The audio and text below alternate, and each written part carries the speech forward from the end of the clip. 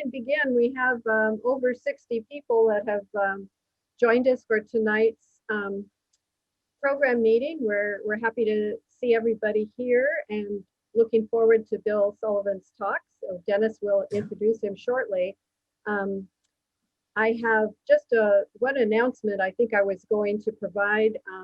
We're looking for a new volunteer for Audubon Adventures, the educational program coordinator. Rachel Fries has plenty of work that she's doing for her own family and her education. So we hope to find someone who would like to do the good work of providing Audubon Adventures for the students throughout Lane County. We have an opportunity to push that program out to any schools that are interested in the county. And so please contact me if you have any interest in that. As you can see from the slide, it's a National Audubon program that provides these lovely educational handouts that focus on various birds and plants and pollinators. And they have a set of 4 that comes out every year for the school year. And then we can provide those kits to the classrooms. It's also available for homeschoolers, so that's kind of good. And under the circumstances with schools sort of in flux, this can help provide an additional packet that teachers and kids can enjoy and learn from, and get some of their required course study out of the way using this kit. So please let me know if you're interested. I'm ready to sign somebody up for that. That's my main announcement. I'll pass it back to Debbie now. Thank you. Hi, I just wanted to make a quick conservation announcement and good news, which is nice for a change. I'm hoping that everybody has heard of or will soon hear about the new bill introduced by Senator Ron Wyden, which is called the River Democracy Act of 2021. Under that legislation, that bill would protect over 4,000 miles of rivers across the state. And those are areas that will be nominated by us, by any citizen of Oregon. So if you want to be involved in the nomination process, please look up ouroregonrivers.org. There's some cool maps. There's lots of information about the legislation. And even if you don't want to be involved, a thank you to our senator for protecting these really important habitats, these areas for ecosystem services involving water. Please go ahead and thank him. Thank you. Thank you.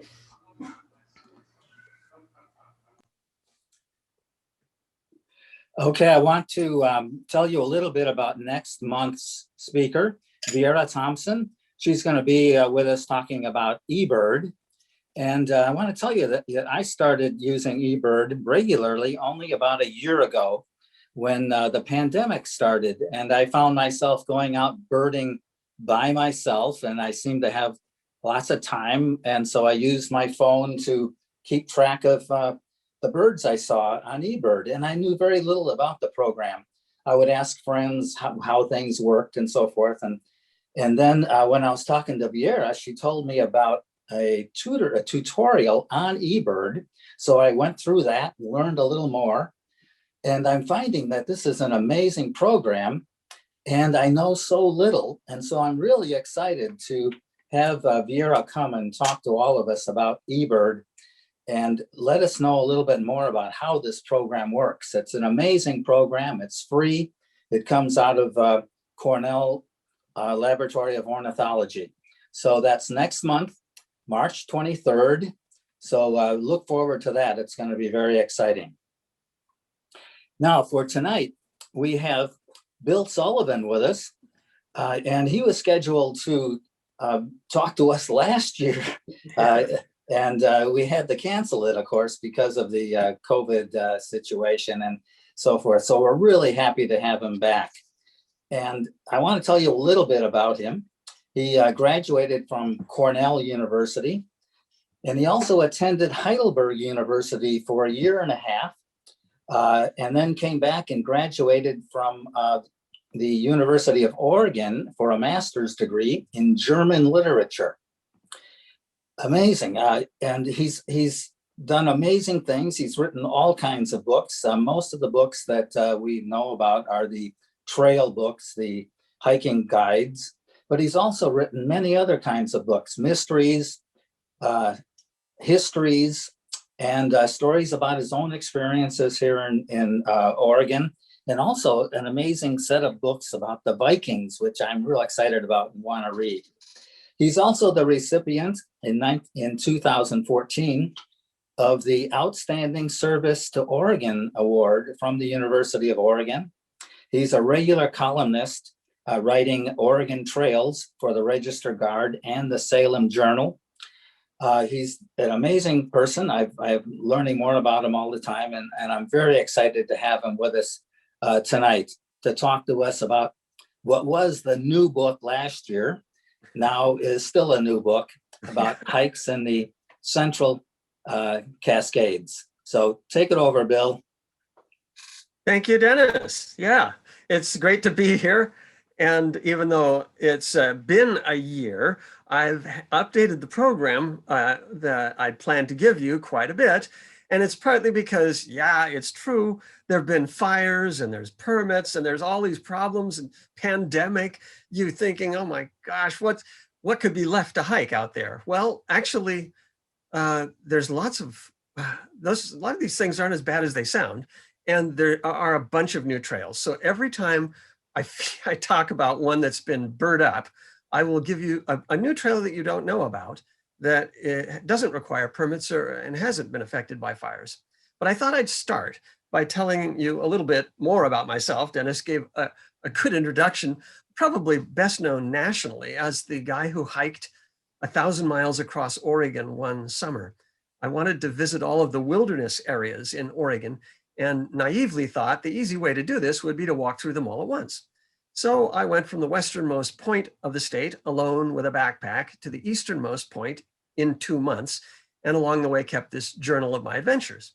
And down here is where I was held at gunpoint by marijuana growers, and up here poisoned myself with mushrooms, and wound up hiking 40 miles a day through Hell's Canyon, trying to outrun these October snowstorms. To this day, it amazes me that people read this book and it makes them want to go hiking. I think it would scare them away, but it's kind of become a classic. It was chosen one of Oregon's 100 books. My other adventure memoir is the true story of the log cabin that my wife and I built by hand out in the wilds of Oregon's Coast Range on the Siletz River. And there is no road or electricity. You have to hike in 1.5 miles to get to the cabin even today. And so we built it without any power tools, just the pioneer way with a crosscut saw and an axe, partly because we were broke at the time, but to prove you could do it for $400, and we still live there in the summers. I have a typewriter. There's no internet or power, and I write my novels out there with a typewriter. And have done a whole series of murder mysteries set in Oregon, one about a missing Einstein formula that turns up in a Eugene attic, could happen. And of course, D.B. Cooper, the great unsolved mystery of the Northwest. What happened to this guy who parachuted with $250,000 and got away with it? And then the case of the reborn Bhagwan, that's about the Rajneeshis. If you were here in the 1980s, you know, Oregon had this strange encounter with the Rajneeshis, a group that tried to build a city in the eastern Oregon desert and got into all kinds of trouble. And then Dennis was mentioning this series of historical novels I've been doing about the Viking Age. Not hiking, but Vikings. My wife's background is Danish, and so we speak the language, and taken dozens of trips there to research Viking artifacts. And so each of these books is based on the actual excavation of a real Viking ship. And alternate chapters are 1,000 years earlier when the ship is being used. And it's typically about the women who played a huge role in the Viking Age. I'm working on the third in that series about the Swedish Vikings. Will be out next year. I am a 5th generation Oregonian, so I take my Oregon history seriously as well. The one on the left is the human history, wagon train routes and gold mining ghost towns and how to find them all. I've narrated that one and all these books really for Amazon Audible, so you can listen to them in the car if you're driving to the Malheur Refuge and have 9 hours to kill. The Hiking Oregon's History, I read it as Exploring Oregon's History because the audio version doesn't need I left out the hikes and just do the history. And the other one is the disasters is the natural history of Oregon, more geology and earthquakes and tsunamis. And then my latest Oregon book is a coffee table picture book illustrated by Bart Smith, this amazing photographer who has hiked every long-range trail in America.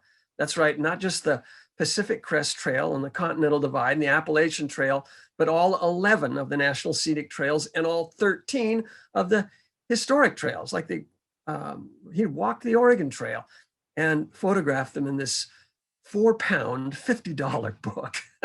I did the text for the Oregon stuff, but it is one of these gorgeous things that you would never take on a hike, but you might give to somebody for Christmas if they are an addict on the outdoors and really love beautiful pictures. And then this is coming up. I'm working with Joe Blakely, a Eugene historian, on a book about the Birdman. That would be William Finley, without whom we wouldn't have really any of the wildlife refuges in Oregon.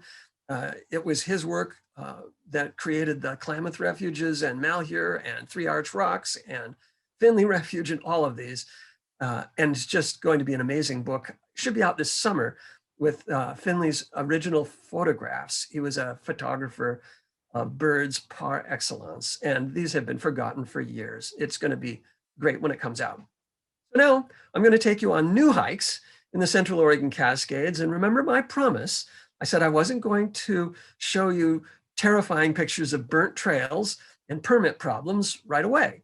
Instead, I want to take you to trails that don't have any of those problems that you may not know about. And so let's start near Bend, right? Actually, on the edge of the city limits of Bend, the new section of the Deschutes River Trail. Now, 10 years ago, Bend voters authorized $29 million bond to build a 30-mile trail the length of the Deschutes River from Sun River to Tumalo Park. The money ran out a couple years ago. They didn't quite finish it, but they did make one spectacular part that's new on the north side of Bend that goes from Riley Ranch, a new nature reserve that they've built wide gravel trails for, to Tumalo State Park, which is a kind of a picnic area. And it's like 3.5 miles between these two. If you have a shuttle cart, you could just walk the whole thing. But if you don't, I'd recommend starting at Tumalo State Park. They do charge $5 to park your car there, and they allow dogs on the trail. But this end of the trail is the most scenic. And if you can go up to this boardwalk over a big boulder slide, and then to the edge of Riley Ranch boundary where dogs are no longer allowed. If you're bringing dogs, turn back there. And then this loop in a canyon, you can really imagine you're not in Bend at all. If you don't want to pay the $5 for the parking, start at Riley Ranch. These trails are wide gravel things, so they're more like almost wheelchair accessible, a lot of them. But it's also a reasonable way to start. But let's start at Tumalo State Park. And here you're going off right along this beautiful river, the Deschutes River, and every once in a while you pass these private property signs. How did they do that? Well, it was $29 million. That bond allowed them to buy rights of way along the river so they could get the trail through. And then this was a stroke of genius. Rather than blasting out these boulders to put the trail over this rock slide, they built a boardwalk over it. And it's just clever and fun. And then beyond that, you get to Riley Ranch, and there's little river access points that have been isolated off so that you don't scramble down the river everywhere and damage the riparian zone. There are certain spots where you're allowed to go down to the river, and that's better for the birds and the fish. There's a log cabin ruin along the way on this loop. You'll see, if you go in the spring, Oregon grape blooming. That would, April, I'd say, would be actually a very good time to do this hike, March. Riley Ranch has this big new parking area, which you think is for dog walkers, but they don't actually allow dogs in that Riley Ranch preserve. But you do have views of the Three Sisters, and there's an overlook out to up the canyon. And you can start to see houses of Bend, but other than that, you really don't notice that. So a cool hike You don't need reservations or permits, and no, it did not burn. So here's another one in that same area. It's also along the Deschutes River, but now you're not in a city, and you're thinking, how can there be a whole stretch of the Deschutes River with no condos or houses or anything? This is halfway between Bend and Redmond. It's closer to Redmond, actually. It's in this big triangle of public land between Sisters, Bend, and Redmond. About half of the land in that huge area is owned by us, managed by the Bureau of Land Management, and they have built 10 trailheads in that area. The problem is the trails are tedious. They have a bathroom and a horse rack, and they have separate bicycle and horse trails, but they just go through the sagebrush in circles. I mean, I know dog walkers who go there and complain that their dogs get bored on these trails, but one of them is actually quite nice. And you could start at the Maston Trailhead. That's the official thing that has the restrooms and the big parking. But if you start at this smaller parking lot on a gravel road, you're not allowed, only hikers can start at this one. Then it's only like 2-mile loop to see the best part of this River Canyon. We're really close to Eagle Crest Resort and the Redmond Airport, but you would never know it here. If you have a bicycle or a horse, you have to start at Maston, and then they have separate things for bicycles and for horses. Or if you want just a longer walk, start there and walk along your choice, horse or bike path. So here's the official trailhead, and off you go. It's through this big old juniper and sagebrush. And you see a lot of them out there, but they're actually interesting too.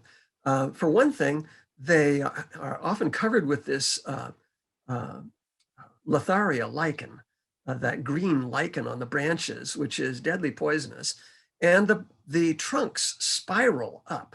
And it's thought that trees spiral like that as in response to wind. A tree that grows straight and has straight grain actually is more likely to snap in extreme wind. It's more brittle, but if it spirals, it's much tougher.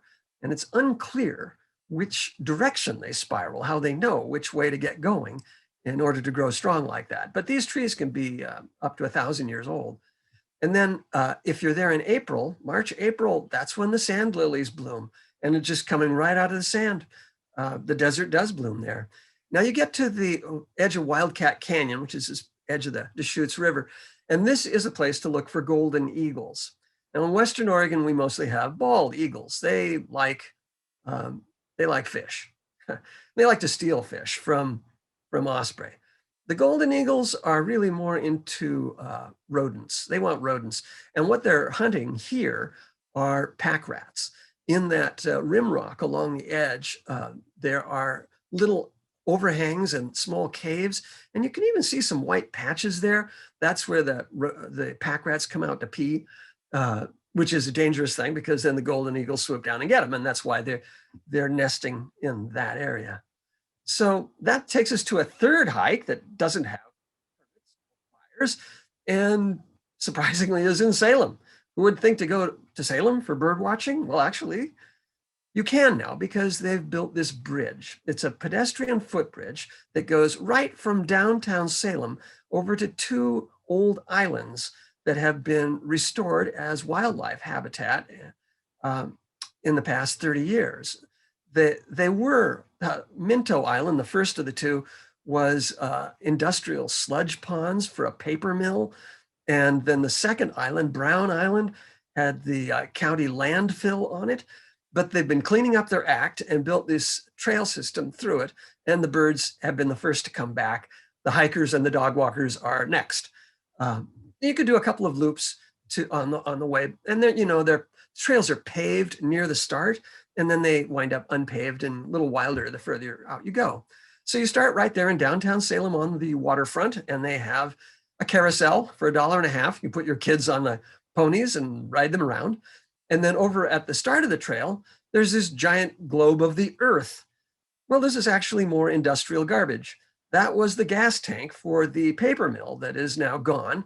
And decided to have school kids make tiles and cover the whole gas tank with this map of the Earth. Clever and to reusing garbage. And then over the new footbridge to Minto Island.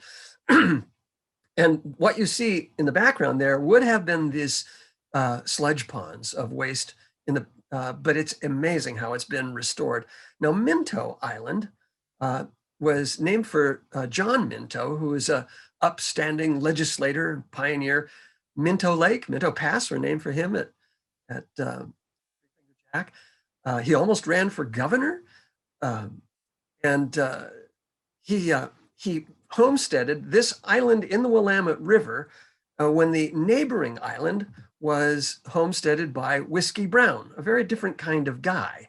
Whiskey Brown arrived there in 1857, and he set up a still and grew tobacco and sold moonshine to the Indians.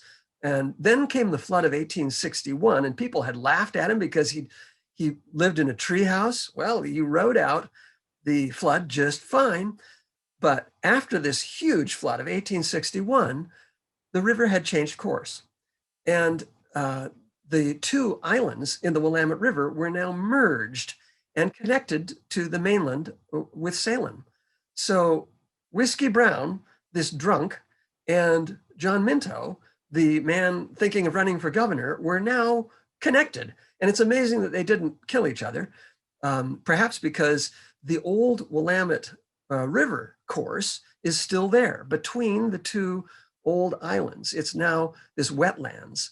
And on your loop there, make sure you stop at this bridge to see what used to be the entire Willamette River and now is a place for this great blue heron. But if you want to see more birds than you would see this close to downtown Salem, take the freeway south, take the first exit after Salem, Ankeny Hill, and go to the Ankeny Wildlife Refuge. And this is where the Salem chapter of the Audubon Society has been building a visitor center for the past 4 years. They just finished it now in time for the pandemic, which means they can't open it.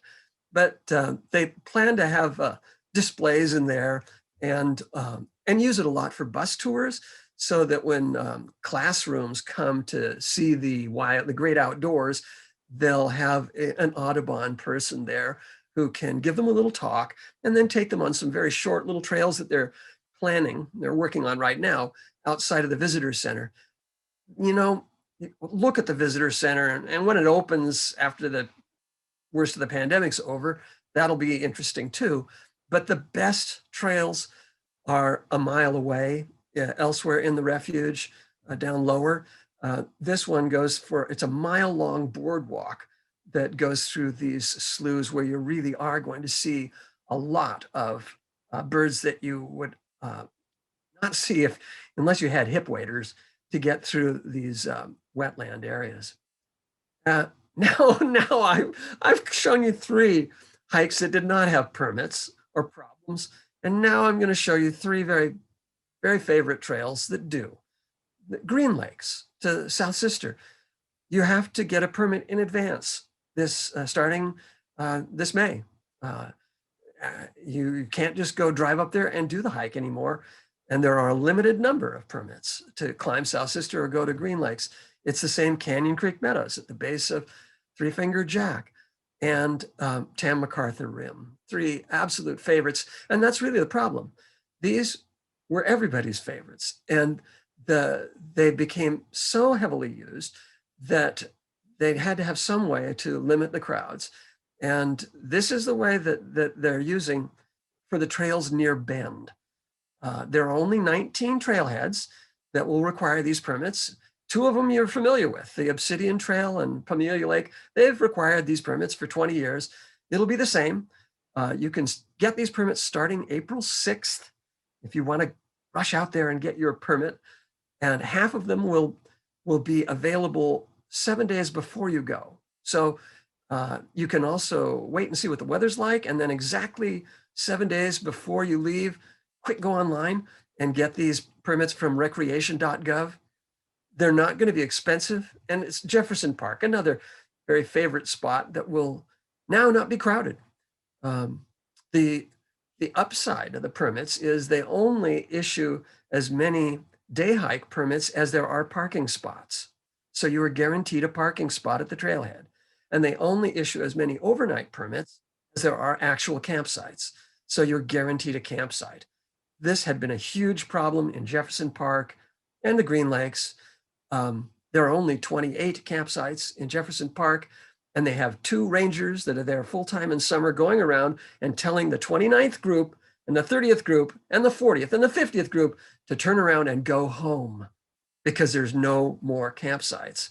You don't want to hear that. And if you get the permit, then you don't have to worry about it and rush up there and try to get there before noon and claim a spot. The other problem with Jefferson Park, of course, is, the fires. Oh no, now it gets worse. Not only did the area burn in 2017, but it burned again this September. So the trail, there are 3 trails into Jefferson Park, and the one that got hit twice is the Whitewater Trail. Of course, it was the easy one, the short, fairly easy one. It's not even difficult, really. It's moderate hike to get into Jefferson Park that way. And they just reopened it in time for the second fire this September. But obviously, most of the things had burned on that trail. So the brown area in the lower left is the area that burned in 2017. Notice Jefferson Park and the rest area did not burn that year, but it all burned this last September. But because this had already burned recently and Jefferson Park is mostly meadows, the fire whipped through here so lightly that it did almost no damage. In fact, it may have actually improved the wildflowers. The trails are going to reopen, but it may take a little while this summer. The Whitewater Trail, I don't know, they might have it open by midsummer, but then you've got 4.5 miles through black snags, and they really are all dead on that route. But then Jefferson Park itself was spared by the first fire and almost entirely by the second because, well, it's a park. There aren't that many trees. The fire ripped through there with this east wind at such fast speed that it mostly just burned out the underbrush. And that's true for most of the areas that burned in September. The winds blew that fire through so quickly that in old growth forests, the old growth trees survived and just burned out the undergrowth. The only forests that really got hammered by that fire were the clear cuts and the plantations where they're all even aged and a fire ripping through just burns it all. A little lesson that actually old growth forests know how to survive fires. And you know, these trails that go into Jefferson Park have had fire before. So there are 2 other ways in. And one is the Pacific Crest Trail from Brighton Bush Lake. And that one climbs over Park Ridge on the way in and has a terrible road to the trailhead. But it had burned 30, 40 years ago and is mostly meadows. And so it had almost no damage at all. And they're going to really make sure it opens because it's the Pacific Crest Trail. You've got to get that open for the long-range hikers going through. The third way in, the South Brighton Bush Trail, had a fire about 20 years ago. And so it also burned lightly there, but it's the hardest way in. You gain an extra 1,000 feet of elevation. It's an extra mile long. And it did burn. Well, then, so let's look at these. Here's Brighton Bush Lake before the fire. The trailhead, the lake, the road are all on the Indian reservation, the Warm Springs Indian Reservation. And the tribe allows people to drive to the trailhead and set off on the Pacific Crest Trail, but they're a little passive aggressive about this. They don't require permits or fees or anything like that. They just refuse to fix the road. And the road keeps getting worse and worse. You can do it in a Subaru, but you can walk almost as fast for the last 2 miles. So what about that third way, Brighton Bush Trail? Oh, here we are. We're going over Park Ridge. That's the other problem with the Pacific Crest Trail from Brighton Bush Lake is that you gain 800 feet and drop down into the park. And on the way back out, you have to gain back that elevate. Of course, you get this great view of the park and Mount Jefferson. So yeah, maybe worth it. Then here's the South Brightonbush Trail. It's kind of the horse route and has seen some erosion, so you need to wear boots for your ankles on that. And it may not open until end of summer. And part of the problem there is that that whole Brightonbush area did burn quite a bit. But then you get up into the park and it is gorgeous, and you don't have to worry about crowds because that's taken care of now. It even just last year, you'd go up there and there'd be 300-400 people, and this cannot really handle that kind of traffic. And one way to cut down on the crowds is to require you to get a permit in advance, and they only issue like, I don't know, 80 or so a day hike permits. They're not expensive. It's $1 a person for the day hike permit. Any of these permits is $1 a person.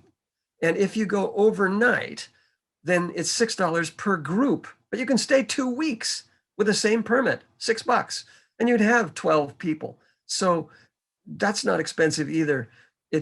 And they're not going to have rangers out there giving citations the first year or maybe even for a while. It's the honor system. They'll tap you on the shoulder and remind you.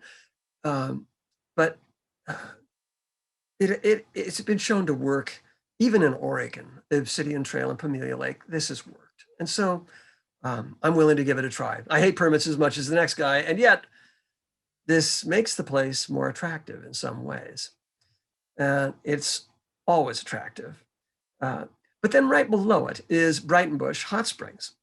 And why am I featuring that in a book up here about new hikes in the area? Because the hot springs are private, and that resort burned down. Half of all their buildings burned in the September fire.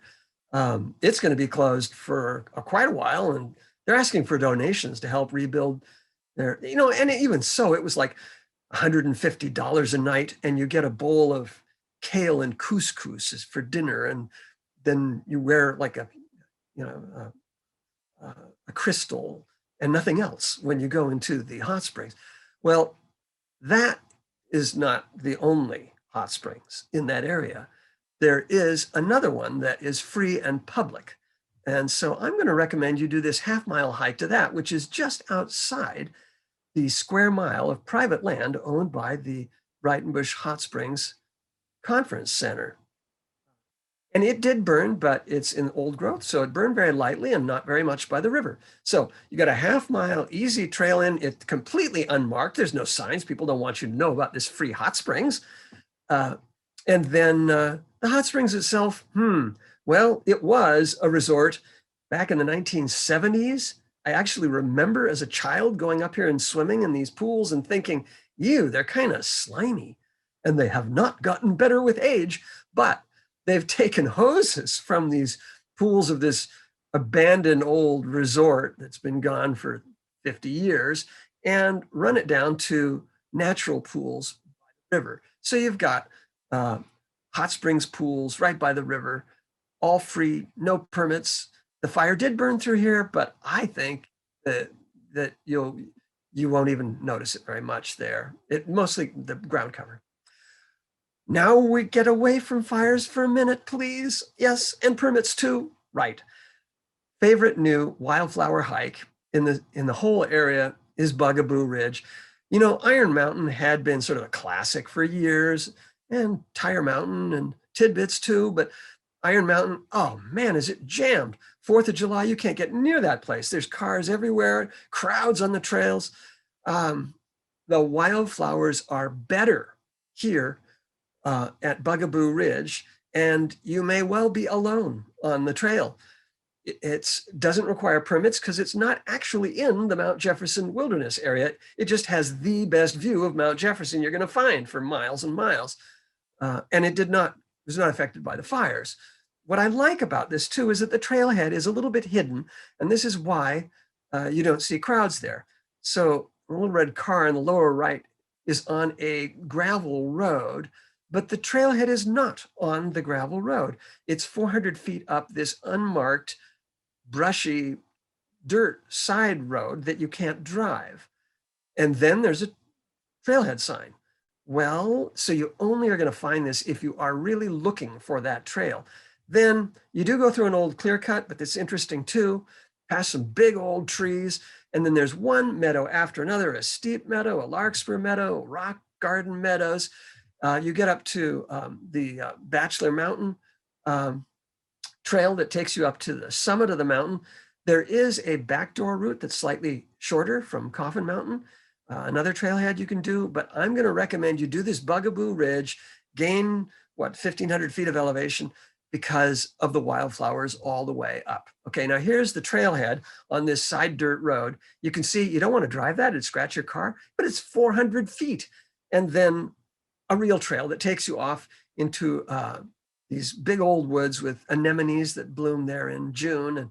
And then it goes through a clear cut, but it's regrowing and you get views of the mountain, and rhododendrons have come back gangbusters in this old clear cut, then past some big old Douglas firs, and then to the first of the meadows. This one has the red paintbrush there, and the next one is a whole seep full of larkspur, and then the rock gardens with views of Mount Jefferson there, and on up to the summit of Bachelor Mountain, where there used to be a fire lookout. They burned it in the 1960s. The Forest Service was, I think, angry about the Wilderness Act and was going around burning things.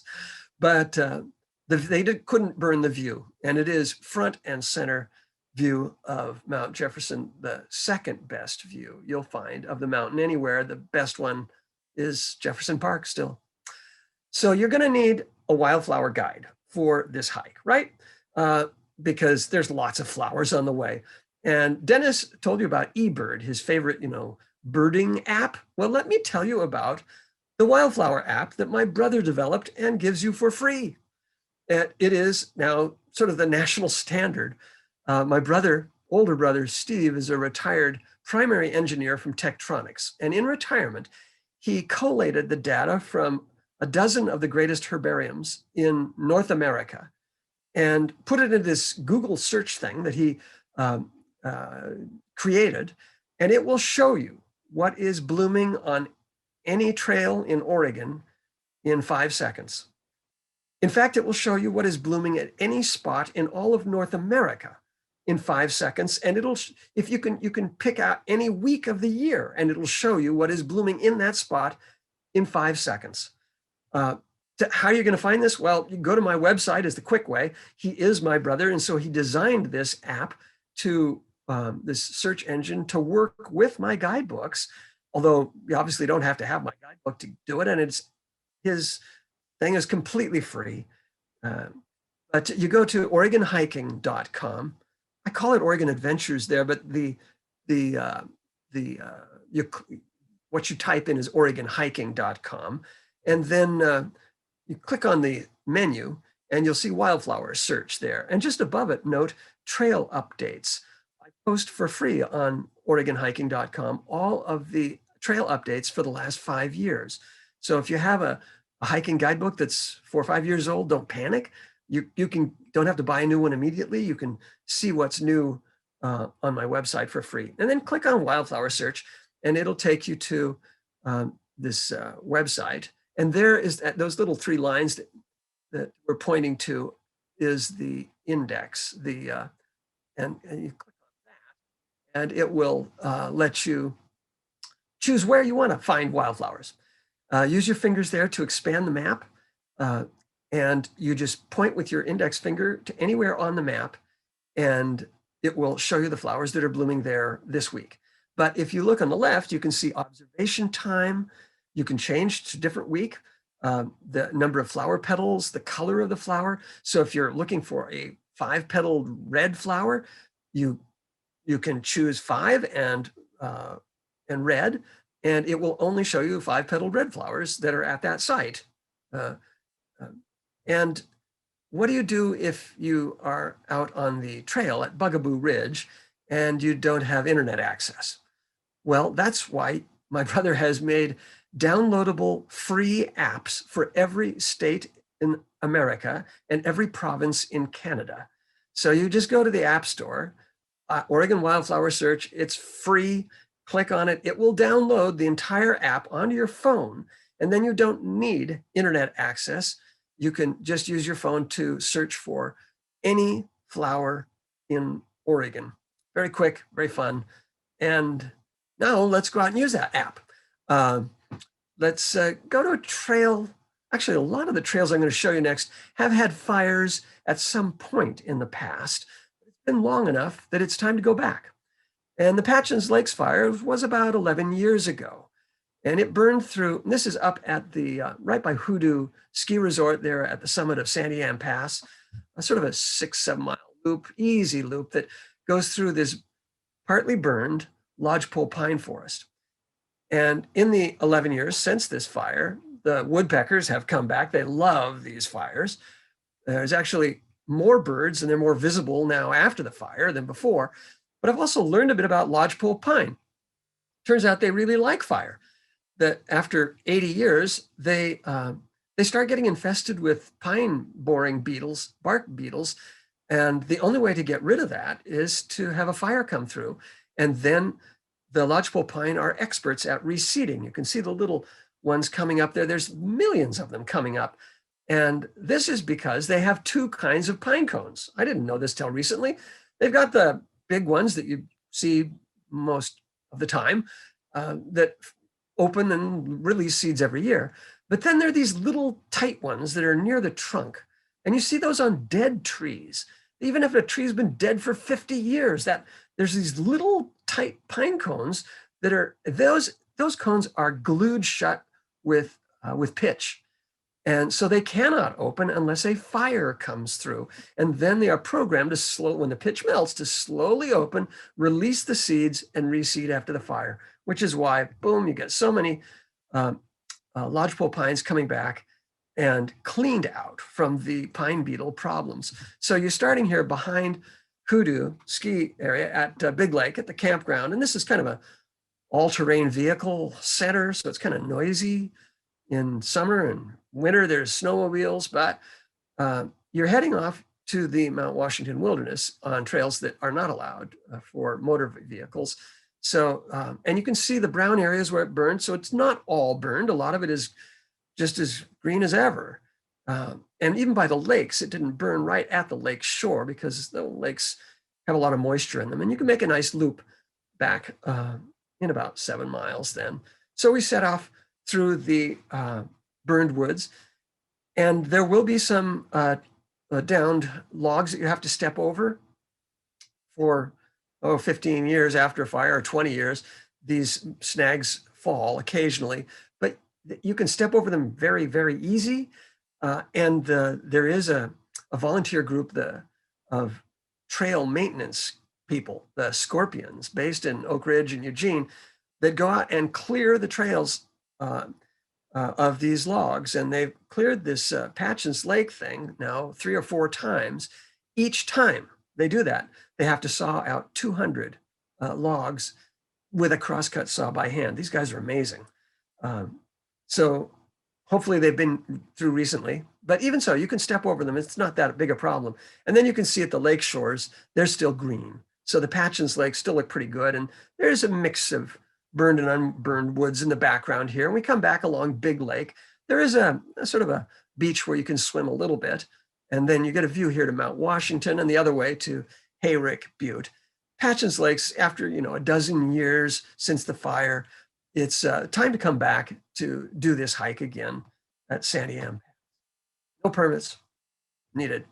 Here's another one that had a fire 14 years ago, and the trail was closed for a dozen years because of that fire as they rebuilt the trail and moved it. It's a waterfall in the Three Sisters Wilderness up from the town of Sisters. You go to the town of Sisters and head up toward Three Creek Lake as if you're going to, well, actually, no, it's not even that one. It's closer to McKenzie Pass. There's a road that takes you off to Chouche Falls. And this fall used to be called Squaw Creek Falls, but they're renaming all the things that have squaw in them because the native tribes in Oregon don't like that word. They find it very offensive. And it's also unoriginal. That turns out there were 69 squaw creeks in Oregon. And so they decided to rename this one Waichus Creek, Waichus means a place to cross the water, and Chush means water. So actually, again, not very creative. Chush Falls means water falls. Well, anyway, the trail closed for a dozen years as they tried to rebuild it, and they did finally, and they did a better job.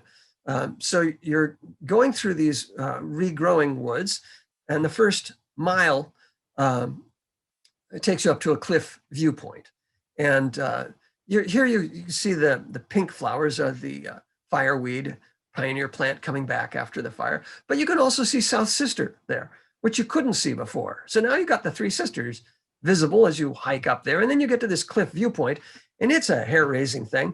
This is 200 feet, this ledge, 200 feet directly above an S bend in the river down below. It is terrifying if you're afraid of heights, but it's almost impossible to stay away from that, over the edge and look. Then beyond that, you pass the old trailhead. That's where the trailhead used to be. They dismantled the road and built a new trail and moved the trailhead back, which makes the hike actually better because it was too short. It was only a mile up to the falls, and now it's like 2.5, and that makes it a nice little walk. And then you leave the burned area and you get into green woods, because this Chush Falls is in a box canyon that's surrounded by rimrock cliffs, and they acted as a natural fire break. So the head of the canyon there is green, and you almost wish it had burned, because here you are at the viewpoint, and half of the waterfall is covered up by trees. You can scramble on further and look for other viewpoints, but this is the recommended turnaround point at sort of unsatisfying view of the waterfall, but at least it's in very green woods, and you didn't need a permit, and the fire, such as it was long ago. And now we're going to Matthew Lakes. This is a McKenzie Pass, and this area did burn in 2017, so that's been 4 years.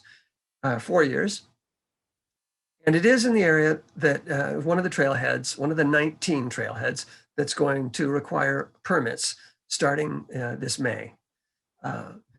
The whole of this trail to the Matthew Lake did not burn. So it starts right near the D. Wright Memorial Observatory, right at the top of the pass there at Lava Camp Lake. And the first 1.5 miles it's pretty badly burned. And then you're on the Pacific Crest Trail. And then you leave the burned area, and it's all very green until you get to South Matthew Lake, which is kind of a meadow thing. And then you can make a nice loop. The whole thing's maybe 7 miles. Do this loop. Easy enough for kids, really, if they're go-getters. So here we are at the trailhead, and yeah, it looks a little bleak here, but you leave that after 1.5 miles. You know, they say you have to hike through the burn to really enjoy the benefits of exercise. So here we're looking down to North Matthew Lake, but we're on the Pacific Crest Trail above it. It gets a nice view here of North Sister and then drops down to South Matthew Lake. And it's a good thing they require permits here, because there are only 3 campsites. There are only 3. It would be wrong and damaging to try to put more sites around this small lake. This lake is on the Pacific Crest Trail. There are hundreds of people doing that trail looking for campsites. And it's only, 3 miles from McKenzie Pass Highway. So it would be hammered and just be destroyed if you didn't limit the number of people allowed to camp there. And 3 is the right number, then you can swim in the lake and have a good time and not damage it. If you want to take like a bunch of junior high school kids on a first backpack trip, don't take them here. Take them to North Matthew Lake. It's the next lake on the loop. It's a little bit bigger, a little bit lower. It has a little island in it. And the reason it has 7 campsites, and they're all bigger. So there's room for, a dozen people in some of these campsites there. And the reason I recommend it as a backpack trip for like young kids is because it's in a kind of a contained valley. On one side, there's a lava flow that just stops you. And the other side, a cliff, and that goes up to the Pacific Crest Trail. And so kids can run around here in the woods and not really get too lost. and the lake's shallow, it gets warm. There is this island you can wade out to. Neat place for kids. All right, so now I'm going to take you to what? Mount Bachelor. Well, wait, isn't that the ski resort? Yes, and notice we're trying not to get confused with Bachelor Mountain at Bugaboo Ridge. I had you hike to Bachelor Mountain. It's actually, that name is older. Mount Bachelor is a fairly new name for this big volcano near the Three Sisters that's turned into a ski resort. The ski resort wanted a more impressive sounding name than Bachelor Butte. It was Bachelor Butte before. And so they officially changed the name to Mount Bachelor. Sounds a little bit bigger. But the ski resort is obviously only operating there in winter. And they're operating on public land. They have a lease from the Forest Service, a permit. And the permit requires that they maintain the original Mount Bachelor Trail that goes up, that went up to the fire lookout that was on the summit. They have to maintain that and keep that nice. And they do. It's actually a lovely trail that climbs Mount Bachelor. The drawback, I suppose, is that it has hundreds of switchbacks. It gains thousands of feet of elevation. This is a great workout. And there are two possible trailheads.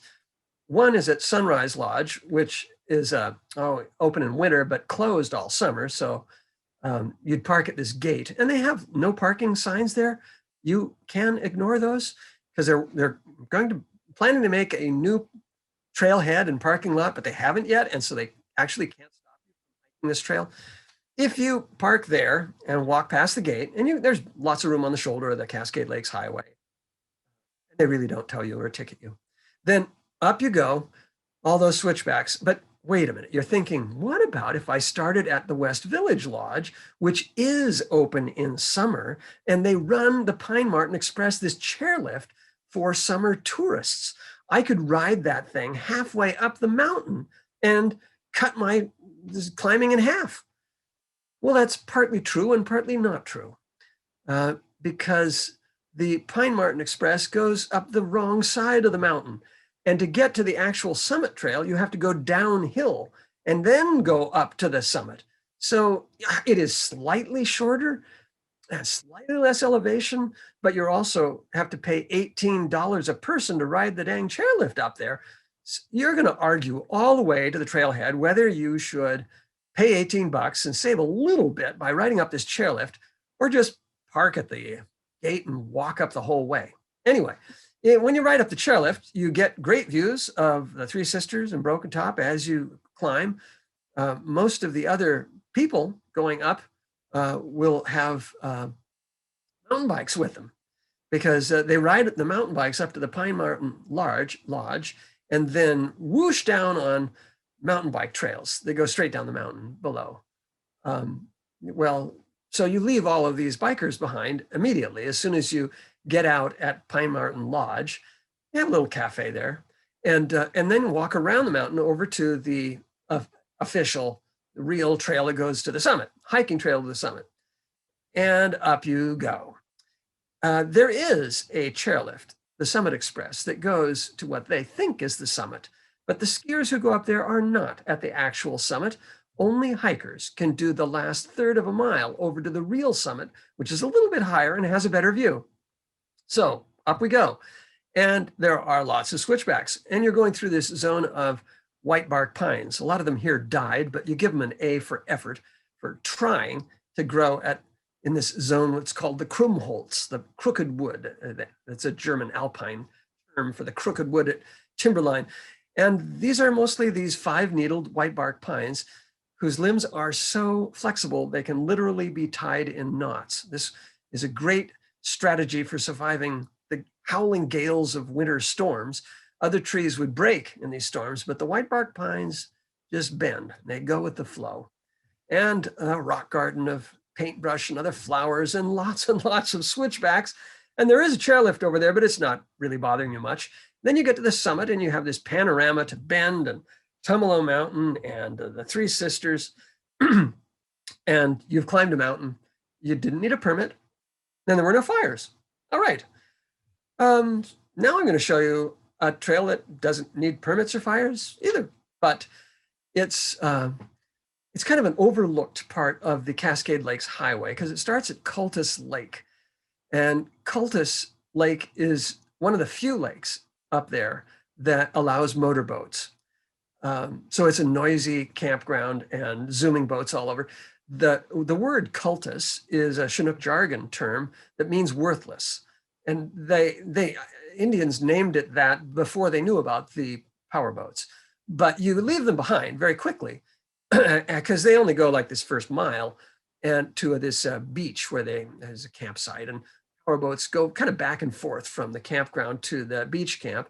And beyond that, you head off into the wilderness where you can't even take mountain bikes, and then over to Muskrat Lake, which is a small, cute little lake with a ruin of a shelter. So here we are at the 1 mile mark at this beach where the power boats come up, and they bring gazebos and picnic tables and a raft to swim out to and camp there for 2 weeks at a time. And it's noisy. It's a big party scene. But right beyond that, it's quiet. And this is a big, cold, deep lake, Cultus Lake. So the back half of it is not Cultus at all. It's actually it's Skookum.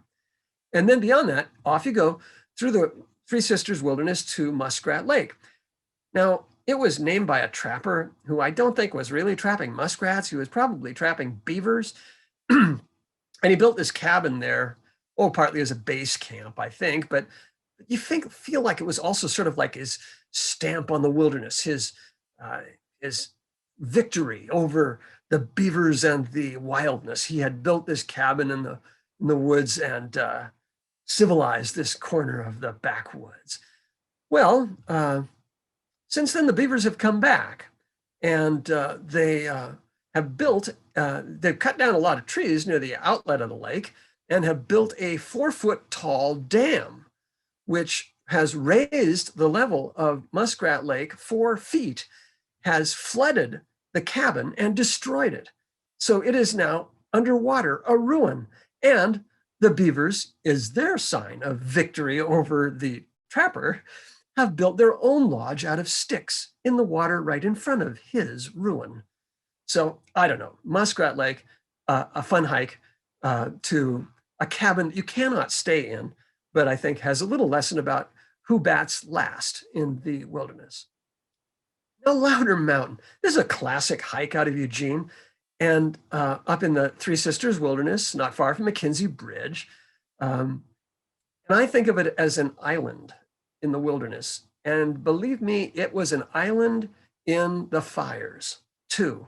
It was an island in the wilderness for one thing, because it's part of this expansion of the Three Sisters Wilderness, the French peat expansion that was very controversial. They had big demonstrations and protests about it, adding old growth forest and low elevation woods to the wilderness.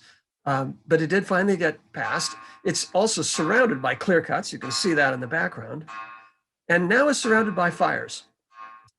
In 2017, a fire burnt up from the south to the edge of French Peak Creek.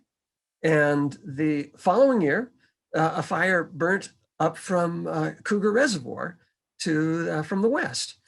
And then this last September, a fire burned from Blue River through Rainbow and down that whole area to the north. So this has been surrounded literally on all 4 sides by fire. So it is, and on 3 sides by clear cuts. So it's an island out there. And those fires, the 2017 fire burnt the last 2, one of the last 2 fire lookouts in the Three Sisters Wilderness. This is the Rebel Rock fire lookout, not far from Louder Mountain, but that trail, not as interesting because it really did burn, and the fire lookout burned. That left O'Lally Mountain, the last fire lookout in the Three Sisters Wilderness, and it burned this last winter too, apparently from a lightning strike when no one was there. But we really don't know what happened. It's just simply burned. So those 2 trails, less interesting. Louder Mountain, would you think, why not go to just a French Peak Creek? That's right near, that's by, and that's what gave this addition its name. Well, this is before those fires. And then in 2017, the fire burned up from the south to the creek and stopped at French Peak. And then in 2018, the fire burned the other side of the creek. So French Peak, you can do it. A lot of the trees are still alive, but there's a lot of charcoal out there too. That second fire actually started at Terwilliger Hot Springs. And you think, well, how can a hot springs burn? Well, this hot springs had more than its share of bad luck.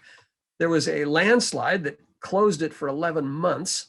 It took 600 dump trucks to haul away all the rock and make the road go through along the edge of Cougar Reservoir. And when it was opened, people were so frantic to get naked and go swimming out there that they rushed up there. And, smoking is not allowed, and drugs and alcohol are completely banned. They have staffers at the trailhead and at the hot springs, volunteers to make sure that no one is smoking a joint.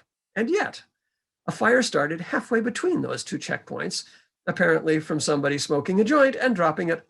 And it burned then not only the whole hot springs, but the lichen that caught fire on the trees was wafted aflame across Cougar Reservoir and ignited the other side of the reservoir. The winds carried flaming lichen across the reservoir and burnt the west side of Louder Mountain. But they say it's an island. It's still green. So the first 2 miles of this hike are level and green. You go through meadows where you often see lots of flowers and things, and then switch back up for most of a mile to a plateau at the top. And then there is no trail, but you have to know to hike bushwhack 100 yards over to this very scenic viewpoint. But there's no sign. So this is kind of a trick. All right, the first 2 miles, mostly level through these meadows where you'll see like columbine and other flowers. And then you switch back up for most of a mile to the top of Louder Mountain, this big plateau. And I think it's covered with probably 30 feet of cinders and ash from eruptions of the Three Sisters. And as a result, it's a very hard place for plants to grow because there's no water there in summer, very dry. So here, there's no trail across this clearing there. And you would wonder, why would I want to go see the trees on the far side of this clearing?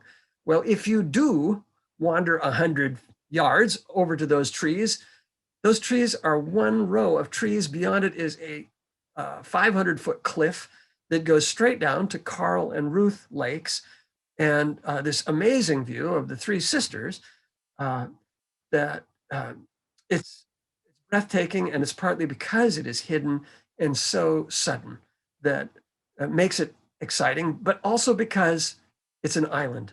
It was spared by all the fires and spared from the clear cuts. We're going to stop, finally, our last spots. We'll take you to Waldo Lake. And North Waldo Lake did have a fire 25 years ago. And in 25 years, it's still regrowing back kind of slowly, but it's time to go back and hike from the North Waldo campground, which did not burn. And you can do like a 2-mile loop with kids and just see the edge of the burn, but you really should keep going all the way to the outlet of Waldo Lake. And then why not come back on this loop through the burn to the Rigdon Lakes? So you're starting out on the Jim Weaver Loop, which is this 20-mile mountain bike trail around Waldo Lake. You don't see that many mountain bikes here, really. And after a couple miles, you leave that and go into areas that are where bikes are not allowed. But the lake is amazing. It's said to be the purest in the world, and it may be. Here's where you can see where the lodgepole pine are coming back after 25 years. The two pioneer flowers in these burns are pink fireweed, and then the pearly everlasting, the white flowers in the front. And at the outlet of the lake, it did not burn there. They have an old gauging station for the lake level. And this is Dam Camp, spelled D-A-M without the N, because it's a very nice camp, but it's by this ancient dam. And you have a view out to Maiden Peak. This is the place to come for huckleberries. In August, You don't want to go there in July. The mosquitoes are unbelievable. They just eat you alive. Do not go in July. In August, you really kind of wait till the second, third week of August for the mosquitoes to die down. And then the huckleberries are great for the next 3 weeks. And they're just huge and everywhere. And then if you do this loop past the Rigdon Lakes, you can see how they're coming back, and it's very quiet and been maintained. So you might try North Waldo. Our last hike is going to be also at Waldo Lake. It's to one of the few places where you can see the whole lake at once. Waldo Lake is big. It's 8 miles long, and it's hard to see it all at once, but you can from the Twins. And here we are actually at Waldo Mountain, looking across the lake to the Twins. These two, there's a little snow on them, I guess, 2 cinder cones. And the traditional trail up there just goes straight up to the Twins, to the North Twin. And then you turn around and come back. But recently, they've built a trail that goes over to South Twin, which doesn't have much better view, really. It doesn't have a better view. And then people have built an illegal trail for just 0.2 of a mile that makes possible this very nice loop. Now, I rarely discuss wildcat trails, but this one was really well done. And it's exactly the place that you need it to get this connection to make a loop possible. So you can come back a different way down from the Twins. And then you can hike over to Bobby Lake on the way back if you want to add a few miles and see this lake. And there is a new trail here, a 1 mile connector that makes possible a loop there. So you can do 2 loops now on the way up to the Twins and the way back. So we're going up to the North Twin, get to the Krumholtz area of bent trees. And here we're at North Twin looking over to South. And you can see the trail going up to the top of South Twin. There's some trees, the view's not perfect, but angling down to the left at the base of South Twin is this unofficial trail that's really well graded and takes you over to the an official trail that comes back down to the Pacific Crest Trail. So if you do the longer loop over to Bobby Lake, this is a place you'd want to take kids for a very first backpack trip. If you just go straight into Bobby Lake, it's like 1 mile, dead flat. There are 40 campsites here. There are no permits required at all. And no fires. It's a great place to let the kids run around by the shore of the lake. And then there's this sloping rock, which is the perfect place to go swimming from and catch some rays, get warm. So those are some of the new hikes that I've featured in my latest version of this book. I update the book every single year, but this one tells which trails require permits, how many there are. It does not have the latest about the September wildfires. For that, you'd need to go to my website, OregonHiking.com. And we're getting more fires than we ought to, and it's a problem. It's really climate change. Oregon's getting hotter and drier. We have a lot of beautiful places, from the coast, the mountains, the desert, but we're also getting more crowds too, and we have to face that. And you have 2 choices there. You can let the places be so crowded that you can't find a parking spot and you can't find a campsite, or you can have these permits where you do have a campsite and a parking spot, but you have to pick your day in advance. So it's kind of a trade-off, and I'm willing to experiment here. It's worked pretty well in the places that it's been tried, and let's give this a go. So those are some of the new hikes in the Central Oregon Cascades. I hope it didn't frighten you too much with fires and permits. I've tried to balance it out by showing you there are lots and lots of trails that don't require permits and have not been affected by fires. So get out there, happy trails. Aren't you ready to go plan a hike now? Good. Says that's my talk, and thank you. Yeah, thank you very much, Bill. That was just fantastic. I want people to know too that this is being recorded, and we'll turn it into a YouTube video. So all of you who are trying to take notes on where to go and where, you don't have to worry about that. You can look up the YouTube video, and stop it anytime you want to and fast forward and that kind of stuff and get the information you want from that. And that'll be ready probably later tomorrow, and we'll post a link to that video on the Lane County Audubon Society webpage. Oh, Dennis, I have one more thing. If you like this show a lot and you want to see a different one tomorrow night, I'm giving a talk about the hiking trails of the Pacific Northwest for Paulina Springs Bookstore. And that one will be at 6:30 tomorrow night. And it is simply the most beautiful trails from Northern California, the Trinity Alps to Vancouver Island, with these photos by Bart Smith. So it's just fabulous, beautiful stuff. Anyway. So to link into that one, would we go to the Paulina Springs Bookstore website? Yeah, that would work. Or you Okay. can go to OregonHiking.com and Okay. Bill Sullivan calendar, and it would have the link there too.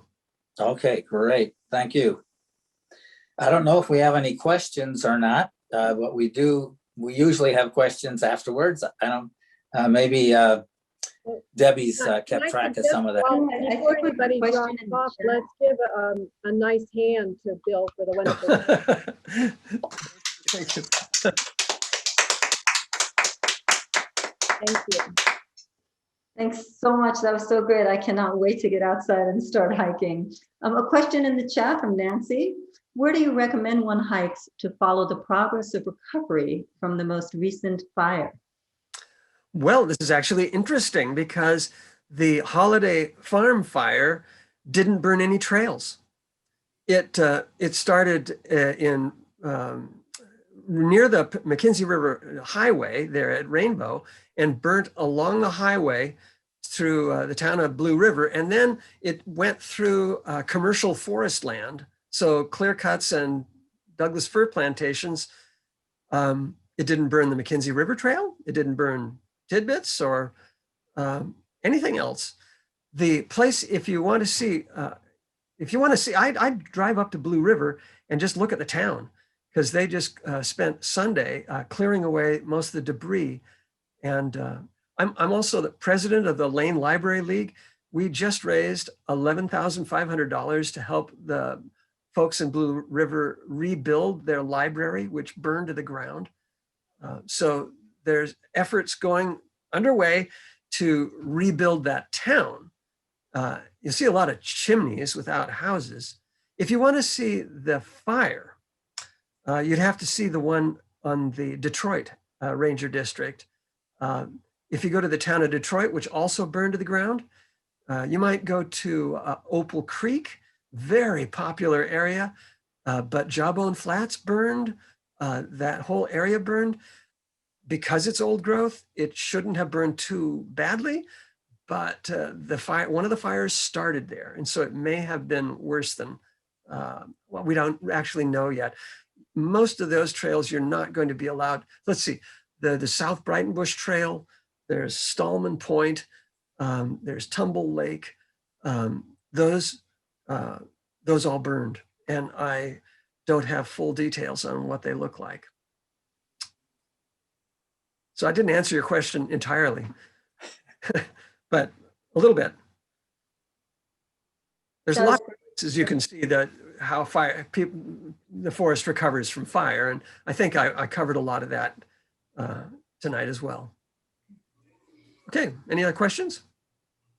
There is another comment in the chat from Laura. Thank you for your talk. I intend to use your brother's app. It sounds really useful. But can you give us a tip about your favorite time and place to see bear grass in bloom? Well, now bear grass in bloom, it looks like a grass, but it's actually a lily, these big clumps of green grass-like stuff. And then every other year, it puts up a plume of beautiful white lily flowers, and can be whole fields of this, but it's every other year. And so if I tell you, you've got to go to Bugaboo Ridge. Actually, Coffin Mountain is one of the best places right next to Bugaboo Ridge. But if it was good last year and you go this year, there's nothing. It's just like, how do these plants know to alternate years? And it's now thought, at least my theory is that this is a pattern that started by fire. And I noticed this at Santiam Pass, driving since the burn there 15 years ago. The first year after that fire, the fire had burned away the trees and had burned the bear grass down to just little stubs. And the first year after the fire, the bear grass went nuts. It didn't bloom, but it just grew green bushes because finally it was freed from the darkness of that forest and could get light. It had been waiting 200 years. Those plants in the woods had not bloomed in the deep, dark woods. But after 200 years, finally a fire came through, knocked down the trees. The plants, the first summer, were huge. The second summer, they all bloomed together. And they've been blooming in synchrony ever since. So I think it started by fire. And if you know what year the fire was, then you just go in an odd or an even year and it works. Now, this is just my theory. Yeah, I think someone should do a PhD paper on this and prove me wrong. So that was the best bear grass place would be Coffin Mountain or Grasshopper Mountain is also amazing. You just pick the right year. Any other questions? I guess not. My gosh. Okay. Well, wow, I did a thorough job. I answered all your questions. That's great. Yeah. Well, I think people are probably just overwhelmed with so much information. It's just really good. Well, and Bill, I wanted to let you know we had 90 people listening to the talk tonight, so that's a wonderful turnout, and I'm so happy everybody could be here to enjoy it. Yeah, well, that's as many as you get in person at the garden club. So Yeah. let's do this again next year where we can all do it in person.